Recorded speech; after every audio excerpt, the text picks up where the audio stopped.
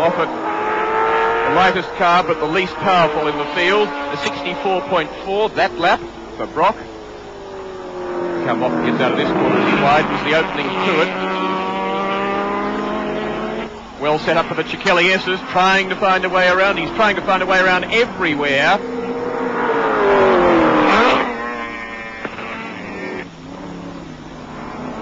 And if he can do this at this stage, with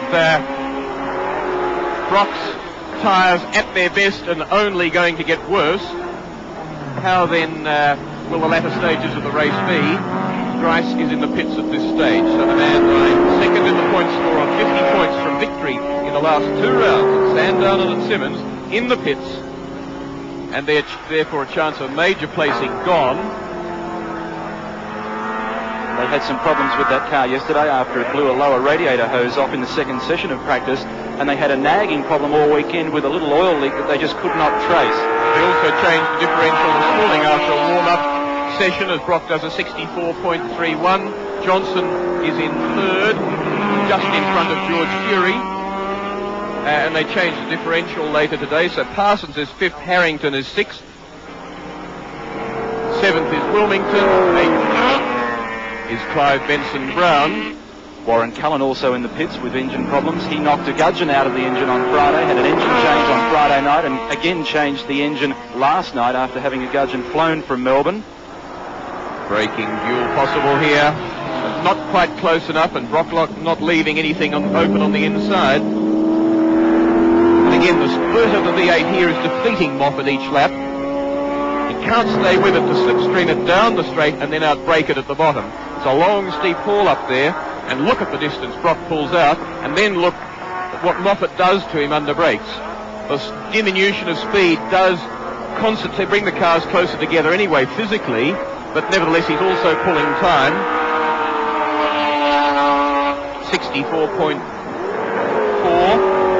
that lap for Brock, so sitting in around the 64.5, just under. Brock's car weighing in the Saturday weigh-in session at 1,232 kilograms, just 2.5 kilograms over the minimum weight for the Commodore as prescribed by the Confederation. Fury is third, in front of Johnson fourth, Parsons fifth, Harrington sixth, Wilmington, Benson, Brown. Moffat once again all over the back of Peter Brock like a cheap suit as he goes underneath once again and gets through. Alan Moffat back into the lead. Peter Brock goes for a tighter apex on the turn, an earlier apex, but Moffat's got the little Mazda wound up.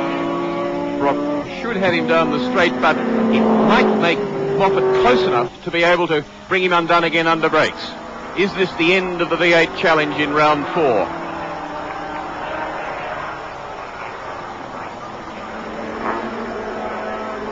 Kodak corner. 64.4 for Moffat that lap. Fury, as long as Brock and Moffat keep each other occupied, may pull up ground on the leading pair, but Brock's falling away from him and Moffat streams away. They have completed 9 and are on their 10th.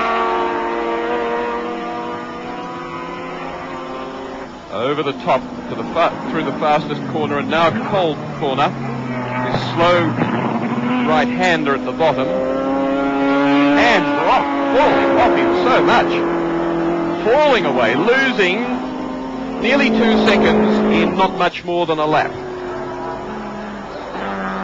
Alan Moffat, who hasn't been to Wanneroo Park Raceway for some 5 years, last drove the Cologne Ford Capri at Wanneroo. Peter Brock having finished second here in 1982.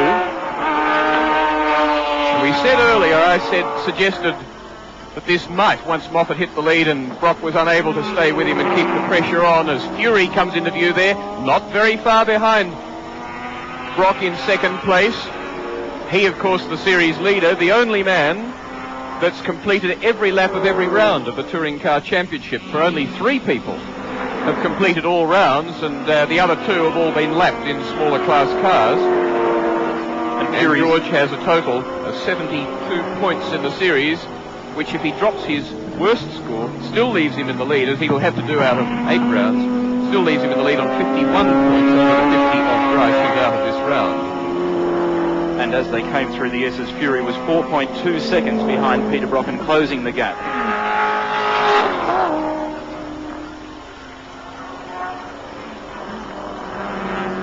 Moffat is now about 1.5 seconds in front of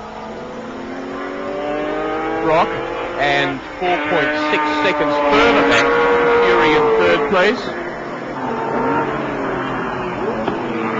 And about 3 seconds back to Johnson. Here's Fury third.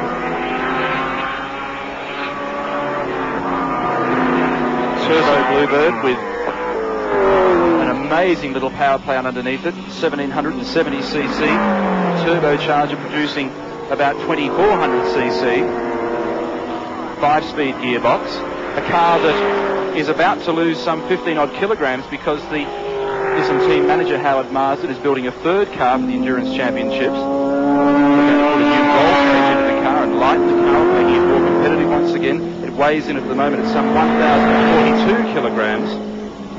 Somewhat heavier than the Mazda, but certainly a rapid motor car, handles very nicely. Gap first to second, 1.8 seconds. To third place Fury, 4 seconds. And from Fury to Johnson, 3.8 seconds. Twice the Australian Rally champion, winner of the Southern Cross Rally, George Fury, who's having a delightful time in one of the most professional teams in Australian motor racing, enjoys every bit of his racing, including the testing side of it, which is what is keeping them very busy in the Nissan team. A car which has trimmed some 13 to 14 seconds off its lap times of 18 months ago. And a car that so far, both the management of Nissan in Australia and certainly in Japan are very, very happy with. 2.28 seconds first place to second. Now Fury unchanged at 4 seconds to third and pulling out on Johnson, who's 4.4 in arrears. The race leader, though, still Alan Moffat with 12 laps completed on their 13th. And this is the man whose lead is gone out to 2.2 seconds over Peter Brock. And we'll get some lap times on Moffat, who had problems in the car getting in this section, the Kelly S's. The left-hand BP now is a steep climb up there. It's a light car but the least powerful in the field, and with a big fuel load it really does gasp its way up there. In fact, Moffat says it's uncompetitive. He spears over the top of the hill and now down to Kolb Corner. It's braking beautifully around the circuit, and so Alan Moffat's team thought about tactics, thought about the race, and reckoned that one of their chances to stay competitive on this circuit, one of the few undulating circuits that give the cars a hill to climb in Australia, was perhaps to start with a light fuel load. From the way he's going, that looks as though it's what he might have done, because he certainly had early race sprint speed on. And just behind Moffat there, a car, one of the local drivers, John Eaton, has spun, but just in front of Brock, but with Brock quite unaffected. Moffat now on his 14th lap, 15th, completed 14. And 3.7 seconds between first and second, Moffat and Brock. So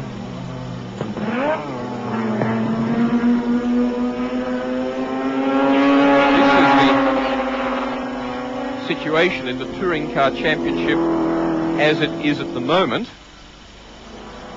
George Fury, the man lying third in this race at this stage, leads the series overall, from Alan Grice, retired from this race, Moffat, who's leading it, Harrington, who's lying fifth, Murray Carter, who's not competing, nor is Laurie Nelson, Dick Johnson, who's fourth, Cullen, who's retired, Gary Rogers, who didn't start, Peter Brock, who's running second, Bob Holden not running, and Clive Benson Brown, who's running around at the moment in